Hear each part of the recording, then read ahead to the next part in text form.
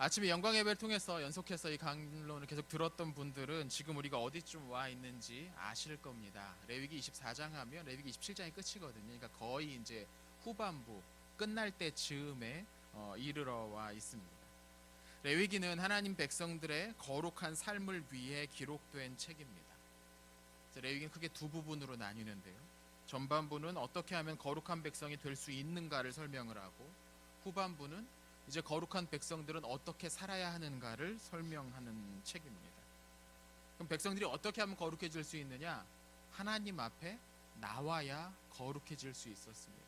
백성들은 그 자신 그 자체로 거룩해지는 것이 아니라 하나님 앞에 자꾸 나와서 자신을 하나님 앞에 드러낼 때에 거룩한 존재가 될 수 있었다는 것이죠. 비록 그들의 삶의 여러 부분들이 부정해져 있지만 그대로 있지 말고 하나님 앞에 나오면, 하나님이 정하신 속죄의 예물을 드리고 하나님 앞에서 온 마음을 다해 회개하고 하나님께 예물을 드린다면 그들은 거룩해질 수 있었다는 것이죠. 여기서 오해하면 안 되는 부분이 있는데요. 백성들이 거룩해졌다고 해서 그때부터 백성들의 얼굴에서 무슨 갑자기 빛이 막 나온다, 물광 피부가 돼서 막 빛이 막 나온다거나, 아니면 그 옷에서 무슨 환하게 변한다거나 향기로운 냄새가 난다거나 하는 것이 아니었다는 겁니다. 레위기가 기록될 당시 고대 이스라엘에서는 그 백성들의 삶이 아주 조악한 형태였을 겁니다. 조악하다는 단어, 그 말이 딱 맞는 그런 삶이었을 겁니다. 특히 이 당시 이 고대 이스라엘 백성들은 보통 이제 옷을 그 동물 그 털 가죽으로 만든 옷을 많이들 입었는데, 이제 모직물을 많이 입는데 모직물이 세탁하기가 어렵습니다. 그시죠? 아시죠? 네. 면직물은 세탁하기 쉽게 되는데 모직물은 이게 세탁이 잘 안 됩니다. 그래서 무슨 특별한 날에만 옷을 빱니다. 옷을 안 빨고 그냥 입었다는 거죠. 성경에도 보면 옷 빨았다는 얘기가 성경에 기록될 정도로 특별한 날에만 빨죠. 그러니까 이 거룩해진 백성이라고 하는데, 우리가 말할 땐 거룩해진 백성이라고 하는데 이들 사실 모양을 보면 옷이고 뭐가 아주 꾀죄죄했을 거라는 겁니다. 목욕도 마찬가지죠. 물이 귀한 지역을 오랫동안 다니며 살았기 때문에 목욕도 아무 때나 못합니다. 그래서 성경에 목욕한 날이 기록되어 있습니다. 옷반 날이 기록되어 있고 목욕한 날이 기록되어 있다는 거죠. 그러니까 이들은 거룩한 백성이라고 불리긴 하는데 이들의 모습에서 거룩한 흔적이, 우리가 기대하는 거룩한 흔적이 막 얼굴에서 막 번쩍번쩍 막 환하게 빛이 나고 옷도 막 뭔가 막 깔끔하게 뭔가 변한 것 같고 그런 것은 아니었다는 겁니다. 오히려 이들이 거룩해지기 위해서 하나님 앞에 나와 제사를 드릴 때 그 제사의 방식은 동물을 태워서 드리는 방식이었습니다. 그럼 여러분, 고깃집에 가서 한번 고기 맛있게 구워 먹고 나오기만 해도 옷에 온통 고기 냄새가 잔뜩 배지 않겠습니까? 근데 이 제사는 그렇게 맛있게 구워질 정도로 굽는 게 아니고 바싹 태워버리는 겁니다. 제가 될 때까지 다 태우는 겁니다. 여러분, 고기 타는 냄새가 얼마나 역겨운지 아십니까? 네, 물론 그 전에 다 먹겠지만 가끔 이렇게 잘못해서 고기가 탈 수도 있는데 그럴 때 보면 그 막 역겨운 냄새가 나죠. 그러니까 거룩해진다는 말은 우리가 말할 때 의식적으로 거룩해진다는 것, 실제로 그들의 모습을 보면 한번 제사 드리고 나오면 온 몸에 머리에 그냥 그 탄 냄새로 가득 잔뜩 묻어 있었을 겁니다. 그러니까 그들의 겉모습은 결코 거룩한 모양이 아니었다는 거죠. 하지만 하나님께서는 그런 그들을 여전히 조악하고 쉽게 이전의 죄로 돌아가고 좀처럼 착한 삶을 살려고 하지 않는 그 백성들을, 법과 윤리의 개념조차 희미했던 그 사람들을 거룩하다라고 칭해 주셨다는 거예요. 그들의 모습이 거룩한 게 아니고 그들이 하고 다니는 뭐 패션 센스가 뛰어난 것도 아니고 아무것도 아닌데 오히려 꾀죄죄하고 냄새나는 모습, 조악한 모습, 그냥 그런 모습이었을 텐데 그런 백성들이 하나님 앞에 나오기만 하면 그들에게 거룩하다라고 칭해 주셨다라는 거죠. 이건 어떻게 생각해도 하나님의 은혜입니다. 하나님의 은혜 아니고서는 이걸 설명할 수가 없습니다. 하나님은 그 사람의 능력이나 재능이나 학식이나 스펙과 상관없이 그저 그분 앞에 나와서 그분을 의지하고 그분의 말씀을 믿고 모든 것을 내어 맡기는 사람에게 새로운 신분을 주시는 그런 분이시라는 거죠. 이건 신약 시대만이 아니라 구약 시대에도 마찬가지였습니다. 사람은 하나님의 은혜로 구원을 얻게 됩니다. 레위기는 그 은혜의 방도가 담겨 있는 그런 책인 것이죠. 그럼 그렇게 하나님 때문에 거룩해진 백성들은 이제 어떻게 살아야 하느냐? 한마디로 이야기하면 백성들은 구별되어야 했습니다. 구별된 모습으로 살아야 했습니다. 그 당시 이방 민족들이 사는 것과는 뭔가 달라도 다른 모습으로 살아야 했다는 것이죠. 그들의 삶의 모든 부정한 요소들을 멀리해야 됐고 또 하나님을 닮아가기 위해 노력해야만 했습니다. 모든 자리에서 모든 시간 동안 그렇게 살아야 했습니다. 이것이 레위기의 전체적인 내용입니다. 그럼 오늘 본문은 이 레위기 전체적인 맥락 가운데 어떤 자리에 있을까요? 오늘 본문 우리가 함께 읽었는데요. 무슨 내용이 나옵니까?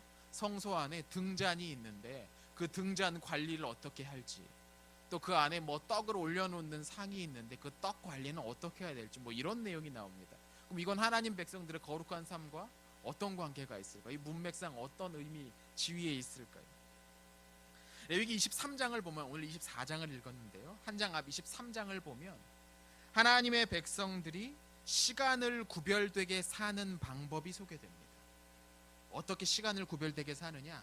하나님이 정하신 절기를 따라서 하나님이 행하신 그 일들을 기억하면서 1년을 보내는 겁니다. 이날엔 하나님이 이런 일을 하셨지, 그것 때문에 하나님을 한 번 더 부르고, 전날에 하나님이 이런 일을 우리에게 해주셨지, 그걸 생각하면서 하나님 한 번 더 생각하고, 이렇게 시간을 구별되게 보내는 방법이 23장에 설명이 되어 있습니다. 6월절이니 77절이니 나팔절이니 초막절이니 하는 명절들이 23장에 쭉 기록되어 있습니다. 그런데 이런 특별한 날들, 명절이 되면 꼭 해야 하는 일이 있는데요, 이게 무엇이냐면 하나님 앞에 나와서 예물을 드리는 일입니다. 제물을 바치는 일이죠. 신명기 16장 16절을 보면 하나님께서 이스라엘 백성들에게 너희는 매년 3차례 내 앞에 나와야 하는데 이때 빈손으로 나오지 말라고 말씀하십니다. 하나님께서 그들의 삶을 채워주셨는데 그 채워주신 것을 가지고 하나님 앞에 나오라는 말씀인 거죠. 나와서 뭐합니까? 하나님께 제물로 드리는 겁니다. 근데 이 예물을 바치는 일이 어디에서 이루어집니까? 성소에서 이루어지죠. 구체적으로는 성막 앞, 그러니까 번제단 그 부근에서 이루어집니다. 성소 마당에 있는 제단에서 가지고 온 제물을 잡아서 죽이고 가죽을 벗기고 토막을 내고 핀을 한쪽에 딱 빼서 모으고 태우고 하는 일들이 다 이루어집니다. 이 일이 어디에서 이루어지냐면 하나님이 계시는 성막 앞에서 이루어집니다. 즉 고대 이스라엘의 명절과 성막은 서로 뗄래야 뗄 수가 없는 관계였다는 거죠. 명절하면 성막 가는 날, 명절에 하나님께 예물 드리려면 성막 앞에서 드리는 것, 이런 관계가 있었다는 거죠. 그래서 명절들을 설명하면서 자연스럽게 성막에 관한 설명이 따라 나오는 겁니다.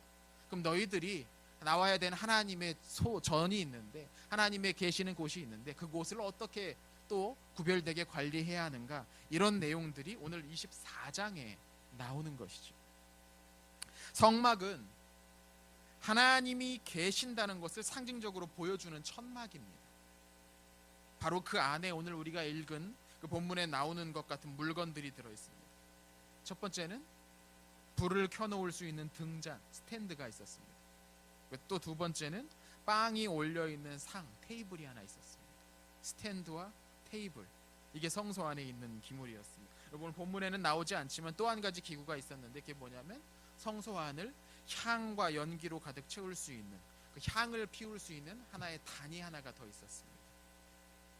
이게 끝입니다. 성소에 아무것도 없습니다. 성소에는 별다른 장식이 없었습니다. 아니, 장식을 목적으로 설치된 게 성소 안에는 아무것도 없었습니다. 이때까지만 하더라도 성소는 천막 형태로 되어 있어서 벽이, 그 성소의 벽이 돌이 아니라 천으로 되어 있습니다. 이 성소는 훗날 솔로몬이 바꾼 것처럼 황금으로 도배되어 있지도 않았고, 이 성소 안에는 정교하게 제작된 조각상이나 그림 같은 것으로 장식되어 있지도 않았습니다.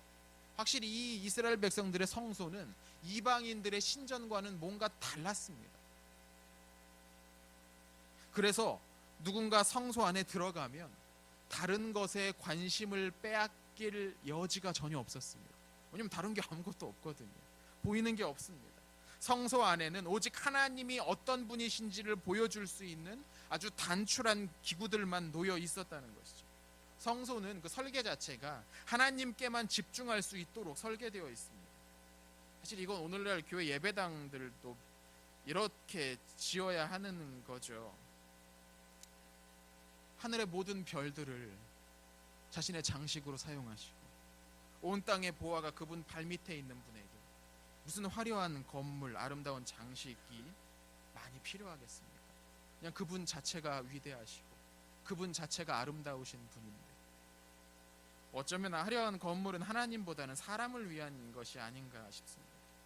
예배당은 하나님 앞에 나아가는 그런 공간은 이 성소와 같은 그런 특성을 지녀야 하는 것 같습니다. 우리 담임 목사님께서 종종 말씀하시는 것처럼 그냥 그 안에 들어가기만 해도 하나님을 떠올릴 수 있는 그런 모습이면 충분한 거죠. 다른 것들, 우리의 시선을 뺏기게 만드는 다른 것들은 어쩌면 우리의 시선을 분산시키기만 할 뿐입니다. 자, 그럼 우리가 제사장이 됐다고 한번 생각을 해보십시오. 우리가 제사장이 되어서 성소 안으로 한번 들어간다고 생각해 보십시오. 여러분이 제사장입니다. 네, 우리가 성소 안에 들어간다고 생각해 보십시오. 여기는 아무나 출입할 수 없는 통제구역입니다. 일단 그 안에 들어가는 것만으로도 우리의 마음은 살짝 두근거릴 겁니다.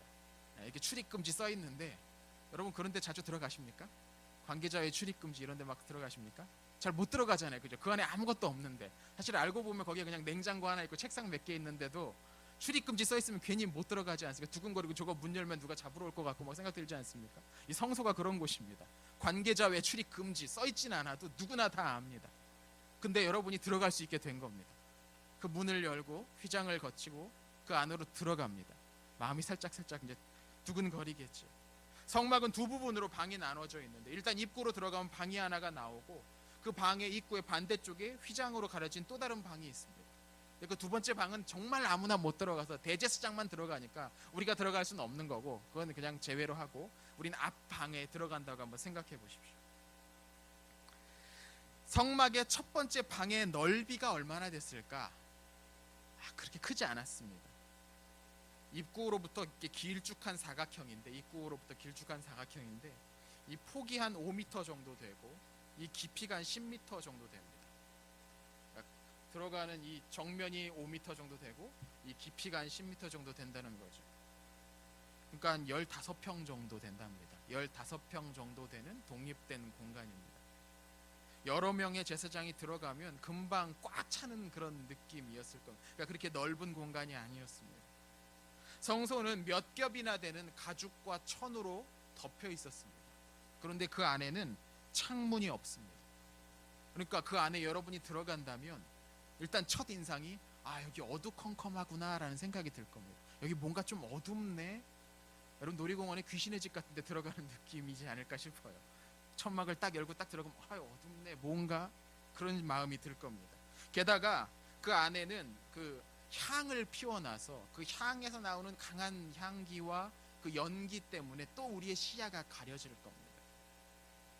그러니까 생각해 보면 뭐랑 비슷하냐면 그 암막 커튼으로 다 이렇게 둘러져 있는 극장에 들어가는데 불이 하나도 안 켜져 있는 극장에 들어간다고 한번 생각해 보십시오. 딱 그런 느낌일 겁니다. 어떻게 하시겠습니까?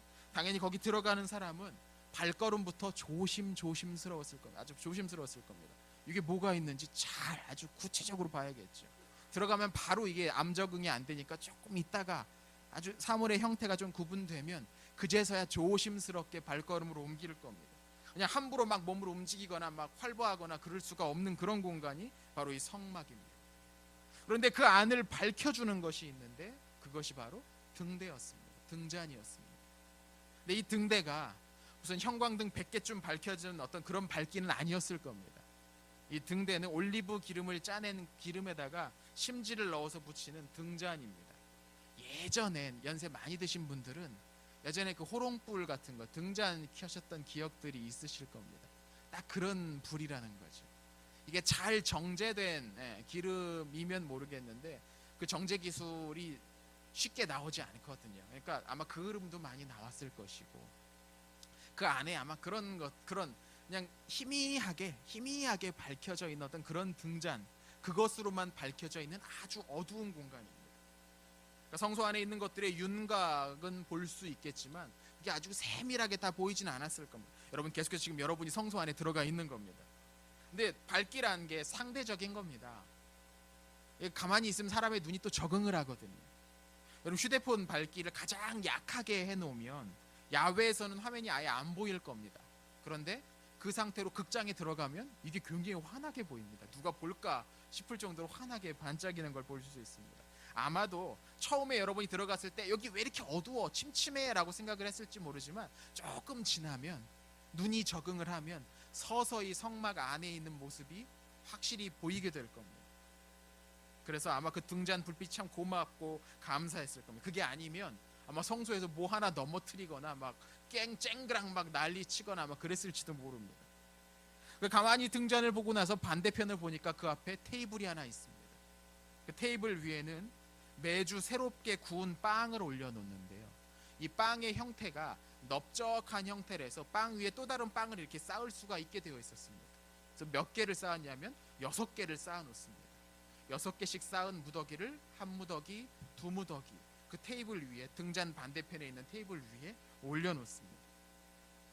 이 빵은 일주일에 한 번씩 굽는 건데 여러분이 만약에 성소에 들어간 날이 그 빵을 교체하는 날이라면 그 빵을 가져다가 먹을 수도 있습니다.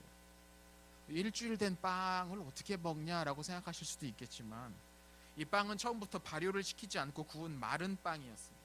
그리고 이 지역은 대단히 건조한 지역이어서 쉽게 상하지 않았을 겁니다. 처음부터 수분 함량도 낮고 그래서 오래 보관되었을 겁니다. 마치 그 비스킷과 같은 어떤 그런 느낌이었을 겁니다. 물론 훨씬 달지는 않았을 겁니다. 이건 백성들이 하나님이 주시는 양식으로 살아간다라는 것을 기억하는 그런 의식이었습니다. 성소 안은 생각해보면 일종의 작은 우주와 같은 모습을 볼 수 있습니다. 그곳은 하나님이 창조하신 세상이 어떤 곳인지를 보여줍니다. 세상은 어둡습니다. 이건 오늘이나 어제나 마찬가지입니다. 세상은 어둡습니다. 세상은 오늘만 어지러웠던 것이 아니라 오래전에도 복잡하고 어두웠습니다. 그런 세상을 밝히는 것이 있는데 무엇이냐면 하나님으로부터 나오는 빛입니다. 하나님이 비춰주시는 빛이 어두운 세상을 밝힙니다. 하나님은 어둡고 혼란한 세상에 그분의 영광의 빛을 비춰주셨습니다. 어디가 어딘지 모르고 어디를 향해 가야 할지도 알지 못해서 그냥 사람들마다 더듬더듬 가면서 내가 옳다 너는 틀렸다 소리치는 그 세상에서 하나님께서 빛을 보여주심으로 무엇이 옳고 무엇이 틀린지를 보여주셨다는 거죠. 성소 안에 있는 등잔은 세상을 밝혀주시는 하나님의 영광을 상징합니다. 그 안에 들어가는 사람은 누구나 어둠을 밝히는 빛이 저 작은 빛이 얼마나 중요한지를 알 수 있었습니다. 그래서 오늘 본문에 따르면 하나님은 성소 안에 있는 그 불을 절대로 꺼뜨리지 말라고 아론과 그의 후손들에게 영영히 지켜야 할 규례라고 명령하십니다. 그 성소의 불이 늘 꺼지지 않도록 하나님의 그 빛을 계속해서 성소 안에 또 이 세상에 비추어야 한다는 말씀인 거죠. 이것은 제사장의 임무였습니다. 동시에 우리의 임무이기도 하죠. 신약 성경으로 넘어오면 요한 사도는 예수 그리스도를 가리켜서 하나님의 빛이라고 설명합니다. 바로 주님이 참 빛, 세상에 와서 각 사람들을 비추시는 하나님의 빛이라는 겁니다. 짙은 어두움에 쌓여서 있던 성막 안을 비추었던 등잔처럼 각자의 욕심과 질투와 교만으로 어두워진 세상에 예수 그리스도라는 빛을 비춰야 할 사명이 영적인 제사장인 우리들에게 있습니다. 이것은 영적인 싸움 가운데 하나이기도 합니다. 우리는 우리가 가는 그곳에 예수 그리스도의 빛을 비추어 주어야 합니다. 무엇이 옳고 무엇이 그른지, 무엇이 중요하고 무엇이 중요하지 않은 것인지를 보여줄 수 있어야 된다는 것이죠. 제사장들이 날마다 그 빛이 꺼지지 않도록 관리해야 됐던 것처럼 우리 또한 예수 그리스도의 그 빛이 우리가 가는 그곳에 비출 수 있도록 노력해야 한다는 겁니다. 예수님은 제자들에게 말씀하십니다. 너희는 세상의 빛이다. 너희의 빛을 사람들에게 비춰서 그들이 너희의 착한 행실을 보고 하늘에 계신 너희 아버지에게 영광을 돌리게 해라. 물론 이건 우리가 뭐 대단히 훌륭한 자질을 타고 나서 우리더러 예수님께서 빛이라고 말씀하신 게 아닙니다. 제 얼굴에서 빛이 납니까? 이거 뭐 팩을 하고 뭘 해도 빛이 안 납니다. 사실 우리 중 누가 해서 자체적으로 빛을 낼 수 있는 사람이 있겠습니까? 우리는 그저 예수님께서 우리에게 비춰주신 그 빛을 반사시킬 뿐인 거죠. 오히려 우리도 이전에는 어두움에 속해 있지 않았습니까? 어두움에서 무엇이 옳고 그른지 제대로 구분하지 못하고 예수 그리스도의 말씀이 우리에게 비추기 전에 우리도 그렇게 살았습니다. 하지만 예수님을 만남으로써 이러한 상황에 변화가 생겼습니다. 주님의 빛이 우리에게 비치는 순간 우리도 그 빛을 반영하는 사람이 되었다는 것이죠. 우리에게 예수님께서 붙여주신 그 성령의 불이 붙은 순간 우리도 이 빛을 다른 사람에게 비춰줄 수 있는 능력을 갖게 되었습니다. 이 능력은 우리의 것이 아니라 주님께서 우리로부게 주신 능력인 거죠. 우린 열심히 이 사명을 감당해야 합니다.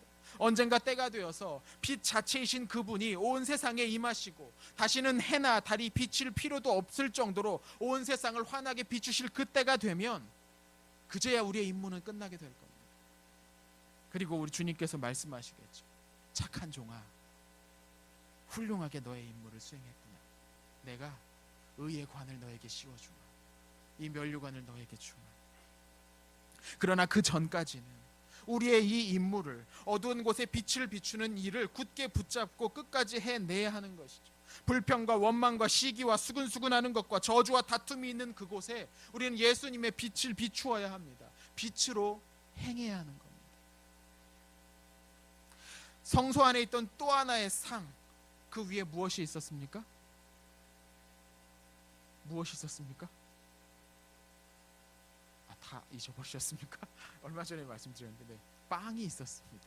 떡이 있었습니다. 12개의 잘 구워진 빵을 그 위에 올려놓습니다. 이 빵은 두 가지 의미를 지니고 있습니다.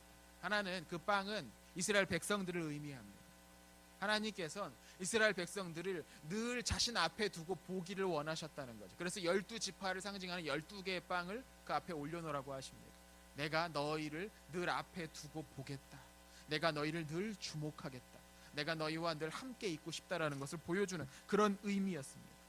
동시에 여긴 또 한 가지 의미가 있는데 하나님으로부터 나오는 것을 먹으며 그분의 백성들이 살 수 있다라는 겁니다. 그래서 제사장들이 백성들을 대표해서 그 빵을 받아다가 먹었습니다. 백성들은 하나님이 주시는 것으로 먹고 산다는 것이죠. 요한복음을 보면 예수님께서 자신을 하늘에서 내려온 생명의 떡이라고 설명하시는 장면이 나옵니다. 나는 생명의 떡이니 내 살을 먹고 내 피를 마시지 않는 자는 영생을 얻을 수 없다는 겁니다. 근데 예수님의 이 말씀을 은유가 아니라 직설법으로 해석했던 사람들이 여럿 있었나 봅니다. 그 사람들은 예수님의 이 말씀을 듣고서 저 사람이 드디어 미쳤구나 수군거리면서 예수님을 떠나버렸습니다. 저 사람이 뭔가 좀 이상한 소리를 하는구나. 사실 어쩌면 예수님께서는 그런 반응을 의도하셨던 것일지도 모릅니다. 쭉정이들이 떠나고 끝까지 남는 제자들에게 예수님께서 이렇게 물으십니다. 너희도 나를 떠나려고 하느냐? 베드로가 이렇게 대답하죠. 영생의 말씀이 여기 계신데 저희가 어디로 가겠습니까? 아마도 베드로는 성령께서 주시는 지혜로 앞서서 예수님이 하셨던 말씀을 이해할 수 있었던 것이 분명합니다. 예수님께서 앞서 말씀하셨던 떡이란 먹고 배부르고 육체적인 에너지를 얻을 수 있도록 하는 그런 떡이 아니라 우리의 영생을 위한, 우리의 영적인 배고픔을 채워주는 그러한 떡이었기 때문이죠. 이걸 사람들은 이해하지 못했는데 베드로는 이해했습니다. 그래서 뭐라고 대답합니까? 영생의 말씀이 여기 계신데 저희가 어디로 떠나겠습니까? 예수님은 하늘로부터 온 양식입니다. 그분이 주시는 양식을 먹지 않고서는 우리는 근본적인 배고픔을 해결할 수가 없습니다.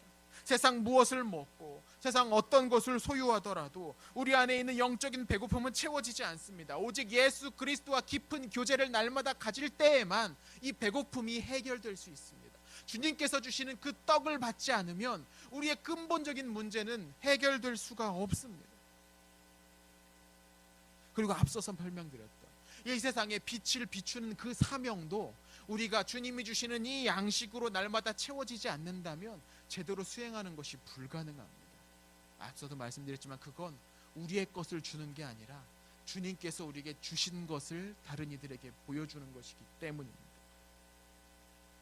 레위기 24장은 우리가 나아가는 하나님께서 어떤 분이신지를 보여줍니다. 그분은 빛이시고 또한 그분은 떡이십니다. 그분은 세상을 비추시고 세상을 먹이시고 채우십니다. 주님은 또한 우리의 앞길을 비춰주십니다. 우리의 삶을 채워주십니다. 전 새해에 우리 성덕중앙교회 이런 은혜가 더욱 충만했으면 좋겠습니다. 주님이 비춰주시는 빛을 따라가십시오. 주님이 채워주시는 그 양식으로 우리의 삶을 채우십시오. 그러면 우리도 영적인 싸움에서 승리할 수 있을 것입니다. 하나님께서 우리의 앞길을 인도하시고 우리를 채워주시기를 간절히 축원드립니다. 함께 기도하겠습니다.